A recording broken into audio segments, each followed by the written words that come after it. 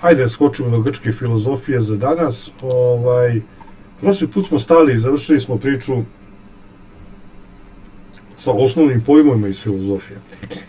Danas ćemo govoriti, ja mislim sad, šta sam imao nedoumicu. Vi sad imate situaciju da kad se uči neki predmet, da li je to filozofija, da li je to bilo šta, kod nas je uvek metodološki sređeno tako da idete hronološki. Zato naša deca, kad je istorija recimo u pitanju, ne mogu da povežu ko je bio savremenik Karađorđa u Evropi. Jer ne uče horizontalno, nego uče samo vertikalno. Uče istoriju Srbije, istoriju Hrvatske, istoriju Balkana, uče, ali ne korelacije između tih zbivanja. Tako stoji i sa filozofijom. Ja ne kažem da ovo što ja pričam da je metodološki ispravno, nego samo hoću da izrazim jednu nedoumicu koju imam, a to je sledeće. Da li filozofiju treba učiti hronološki ili prepričavati hronološki ili treba predmetno? Znači sad upoređivati kako se ko odnosio prema recimo pitanju postanka. Ono što kaže prapočelo, kako se kaže. Filozofija vrvi od tih čudnih izraza. No, da li hoćemo po tome, pa šta je sad ovaj govorio, onaj govorio, ili hoćemo hronološki pa da se onda svaki put vraćamo na ono osnovno pitanje. Vrlo je teško tu pametan biti, ima argumenta i za jedno i za drugo. Ajde sad idemo na predsokratovske filozofe. Osnovno pitanje koje se pojavilo, i to nije bez veze, to je najstarije pitanje, pa i normalno da se pojavi, jeste pitanje šta je biće, šta je osnov stvarnosti, od čega je ovaj svet napravljen, koja svojstva ima, odakle dolaze promene, toplina, toplo, hladno, dan, noć. Mi sad znamo uglavnom odgovore na ta pitanja, ali ne iz filozofije, znamo iz drugih nauka, iz fizike, astronomije, ali oni to nisu znali. I naravno ta pitanja, do duše i danas na ta pitanja nije odgovoreno, ali oni su se tim pitanjima zanimali. Kao što rekao Honomad, stari Grci su od reda bili dobri matematičari. Tales iz Mileta, i to je Miletska škola, jonska škola, takozvana, bio veliki filozof, ali pre svega veliki matematičar.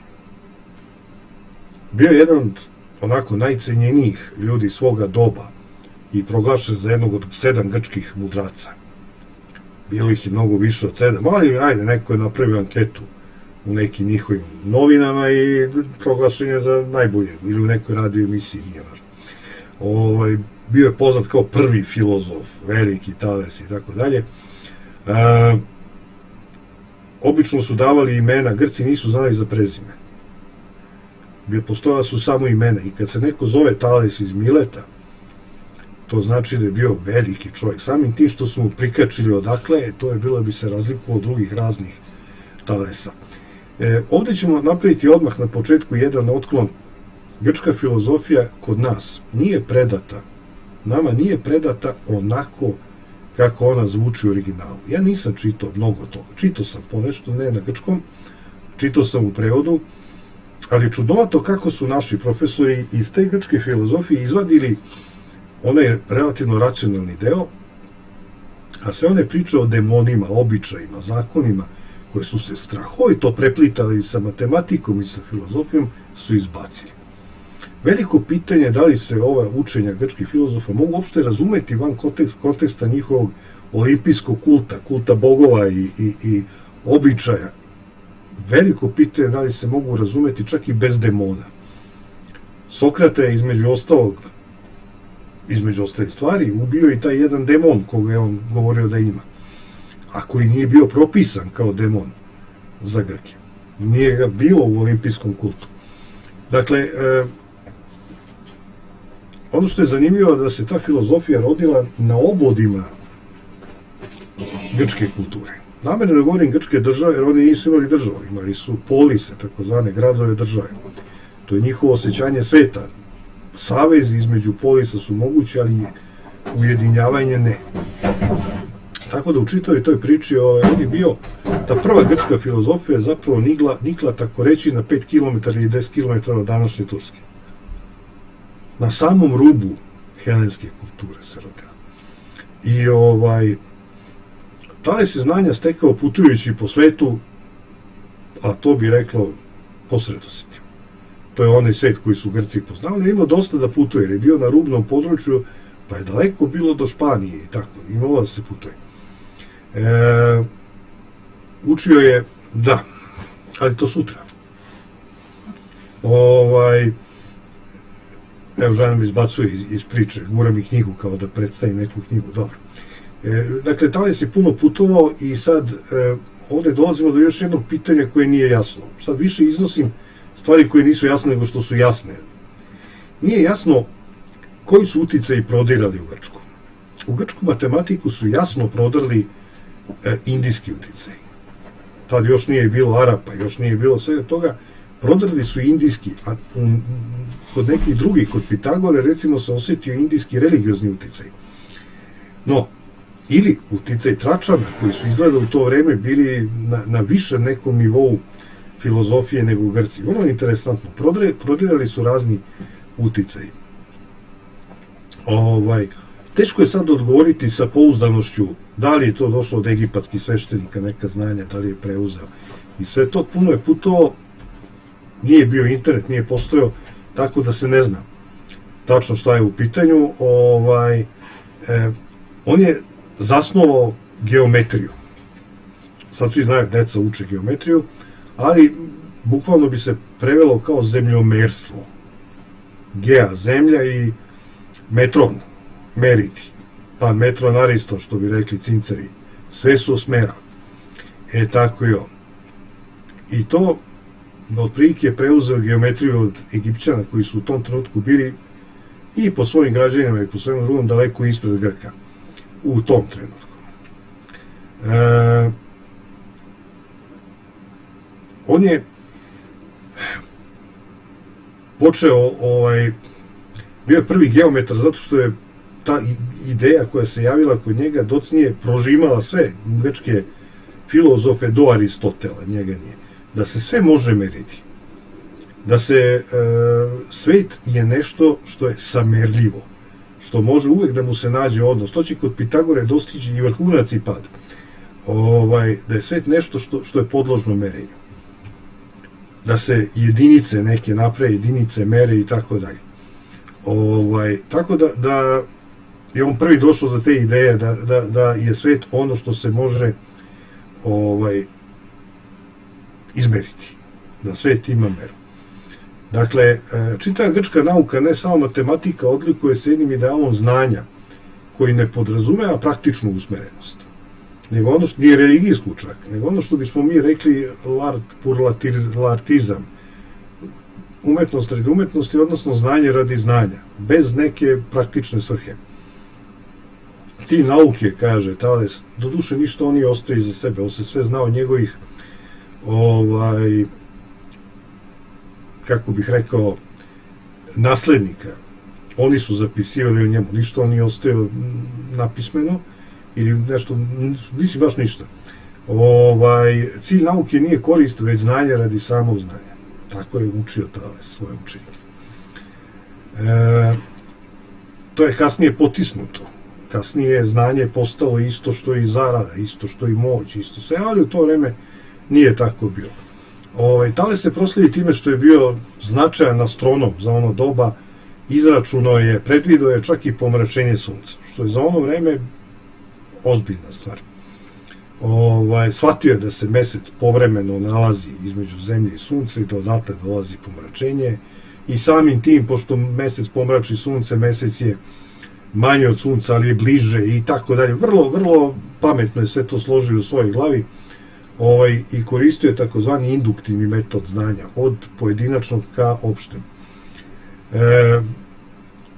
Odredio je prečnik meseca i sunca, odnos prečnika meseca i sunca.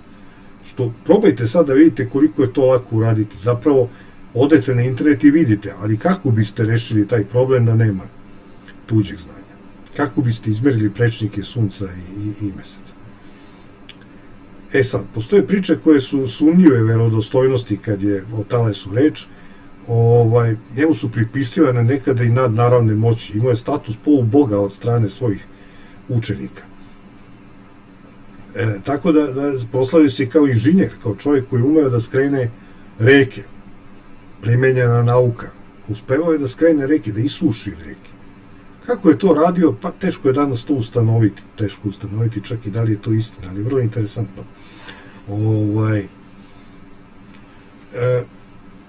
U to vreme nije postojala nikakva jasna linija razgraničenja između filozofije, matematike, inženjerstva, geometrije. Sve je to bilo jedno isto. Sve nauke su zapravo krenule iz filozofije.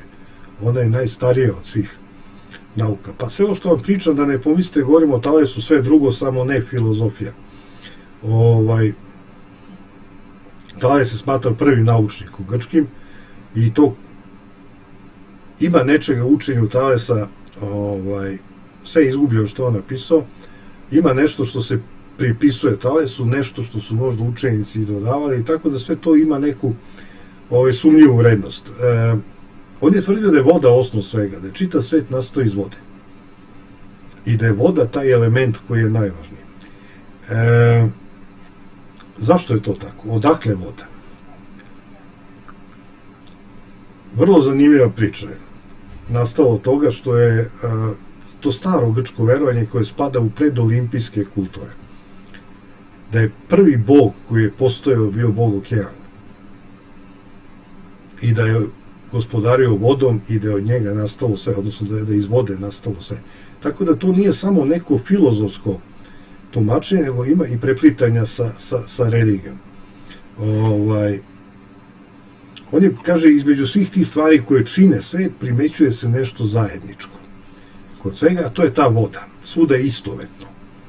To je osnov onoga od čega je sve postalo.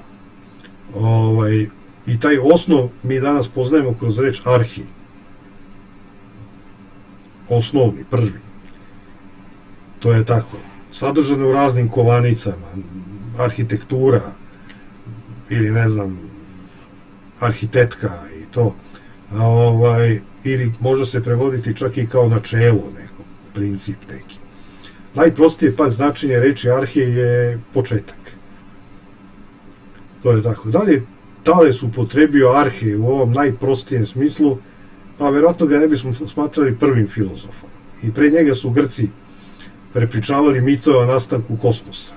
Postojali su ti olimpijski i predolimpijski kultovi i na njima zasnovano pitanje kako je nastao svet, kosmos i tako dalje. Kao što rekoh, u jednoj od tih kosmogonija na početku sveta bi bio bog okean, dakle bog velike vode, kao sama ta voda. Za Talesa, međutim, voda nije bila na početku sveta, već kako ga Aristotel prepričava, dakle iz Aristotelovih usta, na osnovu poređenja sa onim što su govorili Talesovi mlađi savremenici, voda i sada jeste i bit će uvek arhije ili arhi svega što postoji, početak svega što postoji. Što onda, dakle, daje ono značenje početak, da je arhi zapravo početak, nešto osnovno. Ako voda nije kao u mitu o postanku sveta prosto na početku, kako da razumemo tvrdnju da je ona i dalje osnov svega? Najjednostavnije tumačenje da upravo voda ono iz čega se sve sastoji. I nije lišeno smisla. Vi kad pogledate, i naše telo sadrži 80% vode. Voda je svuda oko nas, ali da je sad ona baš početak svega i naše teorije danas kažu da je sve poteklo iz okeana, iz vode. Da li je to naukom prikriveno sećanje na neke drevne mitove ili nije, to je veliko. Pitanje na koje nikad nećemo naći odgovor. To je tako. Njegov učenik Anaksimandar, sad vidjet ćete kako se sve odvija u Grčkoj, vrlo interesantno. Svaki učenik je podigao se tako što je osporio osnovne teze učitelja. S tim što se mora reći da je morao biti pored učitelja i steći znanja da bi mogao da ih ospori. To grčke filozofe razlikuje od modernog doba u kome možeš bez ikakvog znanja da osporiš koga god hoćeš. Uglavnom kažeš nije tako i to je to. Anaksimandar isto bio iz Mileta kao i Tales i bio je njegov učenik. Zanimljivo je da je na osnovu toga što se od sazvežđa Zodijaka, recimo, koji su otkrili vavilonski astronomi, mnogo je starije od grčke priče, vidi se samo ona polovina koja se u datom trenutku nalazi iznad horizonta. On iz toga zaključuje da zemlja ima oblik valjka.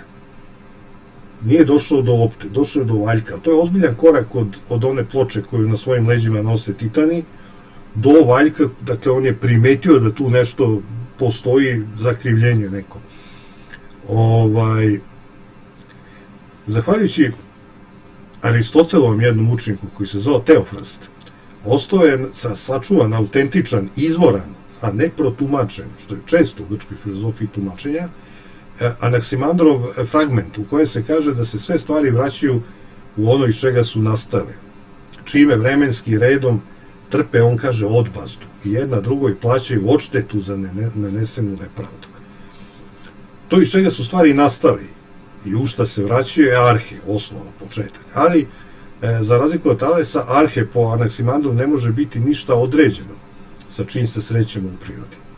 Anaksimandar je očigledno smatrao da su odredbe poput vlažno, suvo, hladno, toplo, tvrdo, tečno, do te mere suprotne jedna drugoj da se ni vatri, ni vodi, ni zemlji, ni vazduhu, niti jednoj određene stvari ne mogu istovremeno pripisati. Zato arhe mora biti, dakle, prapočetak, osnov, mora biti nešto neodređeno, bezgranično. I on tu stvar zove apeiron. Peiron označava neku granicu, a ispred peiron znači negaciju, kao što mi kažemo asimetričan, aprijatno, neprijatno i tako. Dobro, to ne kažemo, a mogli bi da kažemo. Sad, stvar je u tome što on kaže da je to apeiron, nešto što je bezgranično, što se ne može definisati. Tako da, pravda, odnosno nepravda među tim stvarima, kako on kaže, vrlo čudno za filozofske termine, koja se pominje u njegovom fragmentu, tiče se upravo nemogućnosti da suprotnosti budu istovremeno pripisane onome što je u osnovi svega. Stalno prisustvo jedne od tih dveju suprotnosti značilo bi potpunu nepravdu prema drugoj. Hladnoća je nepravda prema toploti i obrnuto. To sad deluje ovako visoko, apstraktno, ali probajte razmišljate mozgom čovjeka od pre 2500 godina. On vidi da postoje promene, postoje neka agregatna stanja, vidi led, vidi vodu, vidi vodenu paru. On vidi da se nešto menja, sad on to zove jednim rečnikom kao vrši nepravdu prema drugoj stvari. Hladnoća je nepravda prema toploti, smenjuju se i tako dalje, tako što toplota vraća dug hladnoći i tako dalje i tako dalje. I zimu i leto i smenu godišnjih doba vidi kao dominaciju jedne od tih suprotnosti. Delo je onako pomalo dečije i naivno, međutim, vi kad pogledate, to jeste definicija suprotnosti koja je vrlo važna za docnije, posebno dijalektičke principe koji će se roditi kod poznijih filozofa. To tako prosto ide. Sad, Anaksimandar nije ni prvi ni posljednji među Grcima za koga je pravda ne ljudska, već kosmička kategorija. Pravda nije pravda između ljudi, nego pravda koja se odvija u kosmosu. Pa ćete naći nešto od toga čak i kod Dostojevskog, kad kaže da se da se ona nebeska pravda vrši kroz običnu zemaljsku nepravdu.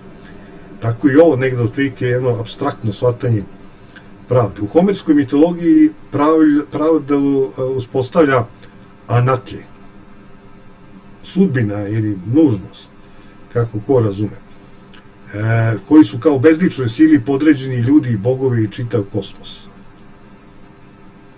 To je ta sudbina, njoj je podređen čitav kosmos. I to ćete vidjeti u grčkoj drami.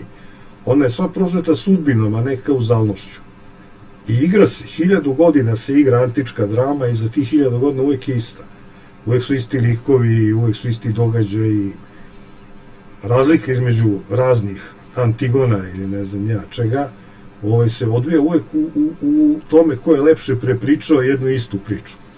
Ali ono što je važno, upravo Anake, sudbina, određuje kako će se događaj razvijati. Ljudi sve rade kako treba, ali na kraju se pojave bogovi urade kako oni hoće. Otmu sudbinu iz ruku ljudi. U opštem smislu, sve i svako, kaže Anaksimandar, dobija ono što mu pripada s obzirom na mesto koje zauzima. To je pravda. Ako pokuša da prekorači granice određene tim mestom, pokazat će oholost, zbog čega će biti kažnjen.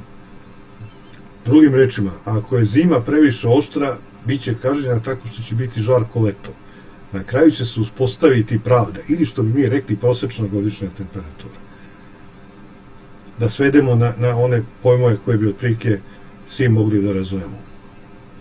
Anaksimen iz Mileta bio je Anaksimandrov mlađi savremenik i prijatelj, gotovo poučenik.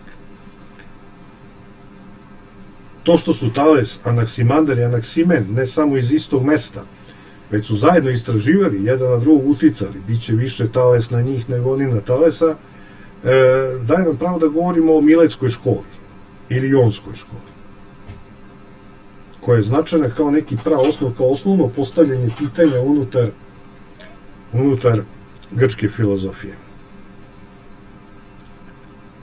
Kasnije će naime reč škola se upotrebljavati upravo da označi ovakav sklop zajedničkog istraživanja. Osnovna tvrdnja Anaksimena ne donosi ništa novo. Oni se vrte u krugu istih pitanja. Zato je to i škola, zato je to jedna, onako, kako bih rekao, ograničena sredina. On je naime za arhe, za ono što je početak i osnov svega, proglasio vazduh, a ne vodu.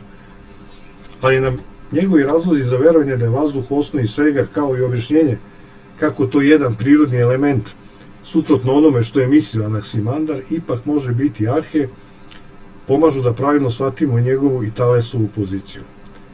Prvo, smrt, prestanak disanja, prestanak rada srca se poklapaju. I drugo, to što se led može pretvoriti u vodu, voda u paru i obrnuto, pokazuje kako se kvalitativna raznolikost može razumeti kao puka razlika u stepenu razređenosti, odnosno zgusnutosti. On je primetio da su stvari imaju različitu gustinu jednog te istog elementa. Oni su mislili u tom trenutku da su voda, vazduh i tako dalje elementi, a ne neke jedinjenja. No, nije ni važno. Dakle, ona prva okolnost za prestanak disanja, recimo, znači kraj života, može da bude razlog zašto se Anaksimen umesto za vodu opredelio za vazduh. Primetio je da kad vazduh izađe iz čovjeka, kad prestaje disanje, što bi rekli, čovjek umre kada prestaje da živi, ali tako, velika filozofska misao modernih Srba, to je to. On je primetio da nedostatak vazduha, ništa od svega ovoga nije netačno, ni voda nije netačna, ona je samo nedovoljna za objašnjenje. Ni vazduh nije netačan, tačno i vazduh je neophodan, ni voda je neophodna, bez svega toga nema priča, ali zapravo se radi o tome da su sve to nepotpune teorije. To još nisu veliki sistemi Platona i Aristotela. Ovo su fragmentarna filozofija. Dakle, on je to primetio a to što se Anaksimen uprkos argumentu svog učitelja u prilog Aperonu, bezgraničnoj supstanciji, vratio jednom elementu. Dakle, Tales je bio zagovornik da je sve nastalo iz vode, Anaksimandar da je sve Aperon, da je sve bezgranična jedna supstanca koja se opire definiciji, ukazuje na to da je Anaksimen imao u vidu i neki kontraargument. Kako je on došao dotle? Taj kontraargument nije teško rekonstruisati na osnovu toga kako je Anaksimen objasnio kvalitativnu različitost, kako se menja kvalitet. Ako je razlog prihvatanje Aperona, to što se suprotnosti ne mogu pojaviti istovremeno, onda je razlog protiv Aperona to što se sam Aperon kao takav, to je kao nešto potpuno neodređeno, nikada ne pojavljuje. A osnova arhe bi trebalo da bude prisutna u svemu što se pojavlja. Onako prilično složeno, tu ga je zakukuljio. Heraklit, veliki grčki filozof,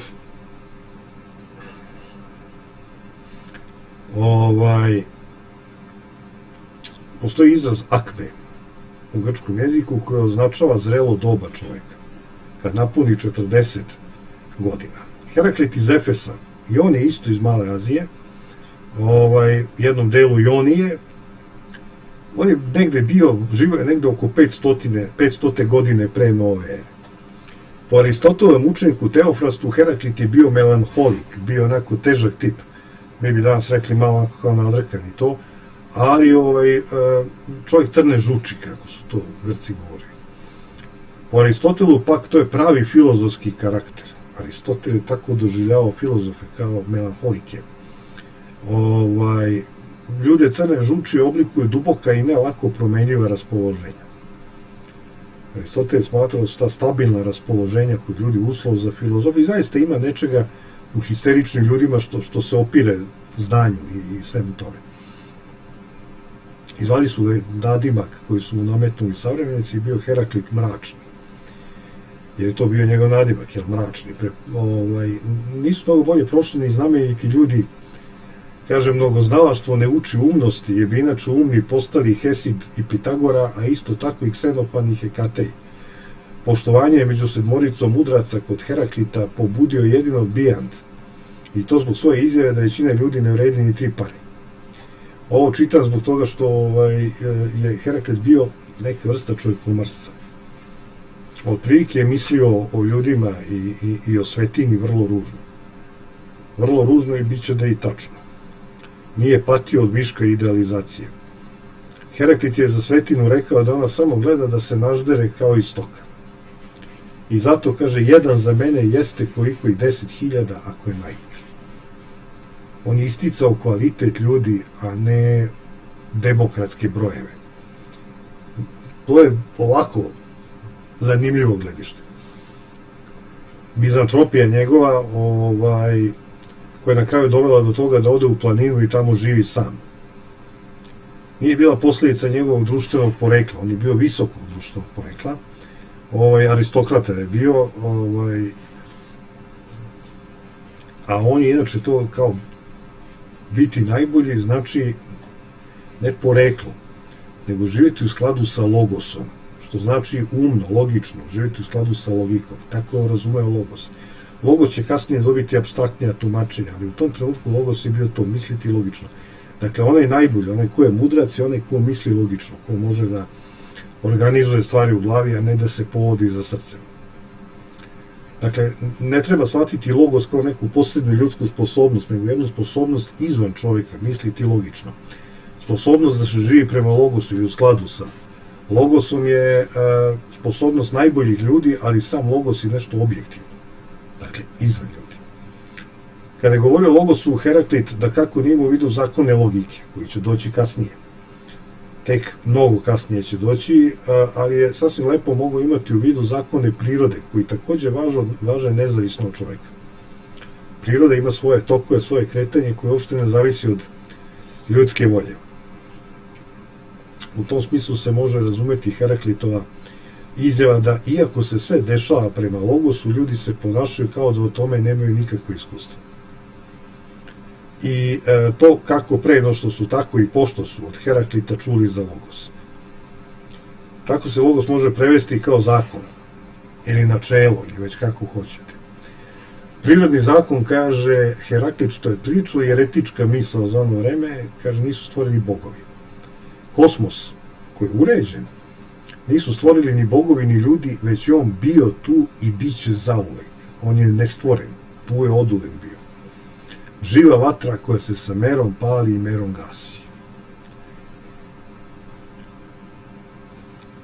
Vatra zgodnije nego bilo koji drugi element, Heraklitova vatra, postavlja živu sliku samog procesa preobraženja. Izgleda bez veze, vatra je kao, nije vatra, ono, bukvalno vatra osnov svega. On hoće, kaže, kretanje, stalna promena je osnov svega. Ne postoji ništa što nije podložno, to je kretanje među suprotnostima. Ono što će se docnije nazvati jedinstvom i borbom suprotnosti, kao prvi dijalektički princip. On ga ustanovio na neki malo egzotičan način, ali to je to. Čuvenu izreku Pantarej, sve kreće, ne možeš 2 puta ući u istu reku i tako, Aristotel pripisuje upravo Heraklitu. Da li je baš on tvorac toga ili ne, teško je reći, ali on pripisuje to Heraklitu, očigledno zato što se uklapa u Heraklitov pogled na svet. Osim toga, proces sagorevanja kao najočigledniji proces preobraženja, jer vi kad nešto spaljujete, golim okom vidite da to nešto nestaje, da se menja, da se preobražava, jasno prikazuje relativnost suprotnosti. Pošto ono što se preobražava nije, strogo govoreći, ono što je bilo nešto, nije ono što će biti, već je u nekoliko jedno, a u nekoliko drugo, kako kaže Aristotel prepričavajući Heraklita. Put nagore i put nadole su isti, govorio Heraklit. i gore i dole je isto, to je isti put. Bez obzira na smer u kojem se preobraženje odvija, ono što je u tom procesu prisutno jeste uvek samo u nekoliko jedna od suprotnosti, dok je u nekoliko isto tako i druga od dveju suprotnosti. On je bio i prvi ionski fizičar, čovjek koji je počeo se baviti, ustanovio je fiziku kao nauku, ne ovako bukvalno proglasio, ali se bavio fizikom. Sad dolazi najsloženija priča, najinteresantnija priča iz grčke filozofije, to su Pitagore i Pitagorejci. Zato što je tu jedna filozofska škola koja je postojala u Južnoj Italiji, dakle nije ona bila u Grčkoj, ona je bila u Južnoj Italiji koja je tada bila u oblasti helenske kulture. To je jedna sekta religiozna.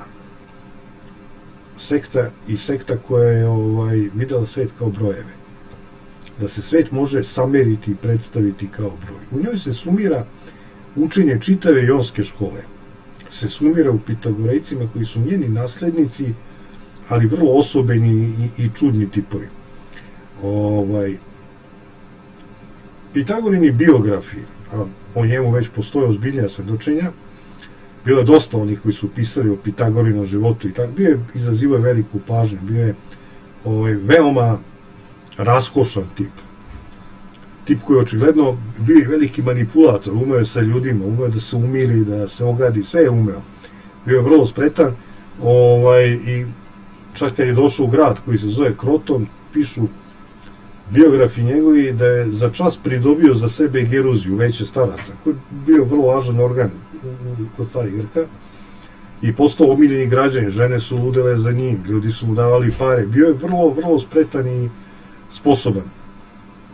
Međutim, očigledno uradio nešto zbog čega je morao da beže odatle, pobili su mu sve učenike, preživeo samo on i jedan njegov učenik su zbrisali na Siciliji.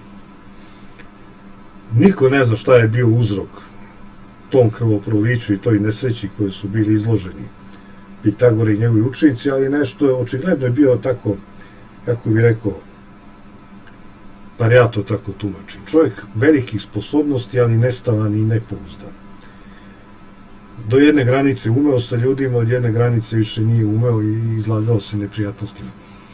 To je bilo Pitagorejsko bratstvo, jedna bila vrlo neobična vrsta sekte. Filozofske škole i političke partije željne da osvoji vlast. Oni su hteli vlast. Imali su nameru da otmu vlast, bili su istovremeno i religijska sekta, i matematičari, i filozofi, i politička partija. Što se tiče od posljednje političke partije, Pitagorejci su se pozivajući na samog Pitagoru to opravdavali time što je čovjek po prirodi jedno obesno stvorenje sa promenljivim porivima, očigledno i Pitagora sam tako bio, sa željama i ostalim strastima, te su mu zato neophodna takva čovjeku je potrebna autoritarna vlast koja će kod njega suzbijati te njegove loše osobine. Docnije će racionalisti engleski reći da je čovjeku vuk, Hobbes je to govorio. Otprilike ovo je prapočetak tog pogleda na svet. Da je čovjek u osnovi svoje rđav, te mu treba čvrsta ruka da bi se njime vladalo. To je politička teorija Pitagorina i pri tome je bio ogorčeni protivnik svake demokratije. Bio ogorčeni protivnik demokratije, pa čak i onog obavljanja građanskih dužnosti. U staroj Grčkoj se građanske dužnosti su bile kockom. I protiv toga je bio. Proklamativno nisu težili vlasti, suštinski su težili, hteli su da uzmu vlast gde god su došli, pa bi to mogao biti i razlog za onaj pokolj koji su doživjeli. Prvi je uveo Pitagora pojam duše, bar prvi koji je zabeležen. Pojam duše uveo u filozofiju. Psiha, ono što se kaže.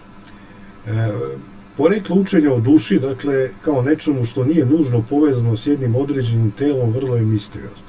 Evo o čemu se radi. Pitagora je propovedao, s obzirom da je bio više monah nego filozof, propovedao je da je duša nešto neuništivo i večno. Psiha za razliku od pneume, duha. Psiha je neuništiva i ona prelazi iz tela u telo.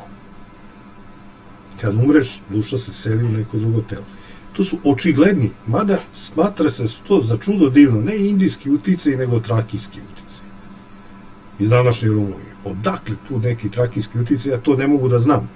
Prosto sam tako učio i pročitao i to, ali meni liči na indijsku priču o reinkarnaciji. Šta je tu u pitanju, ko će ga znati, ali priča je veoma zanimljiva. To se dešava u 5. veku pre nove ere, stiglo je, kaže, učenja sa severoistoka iz Trakije.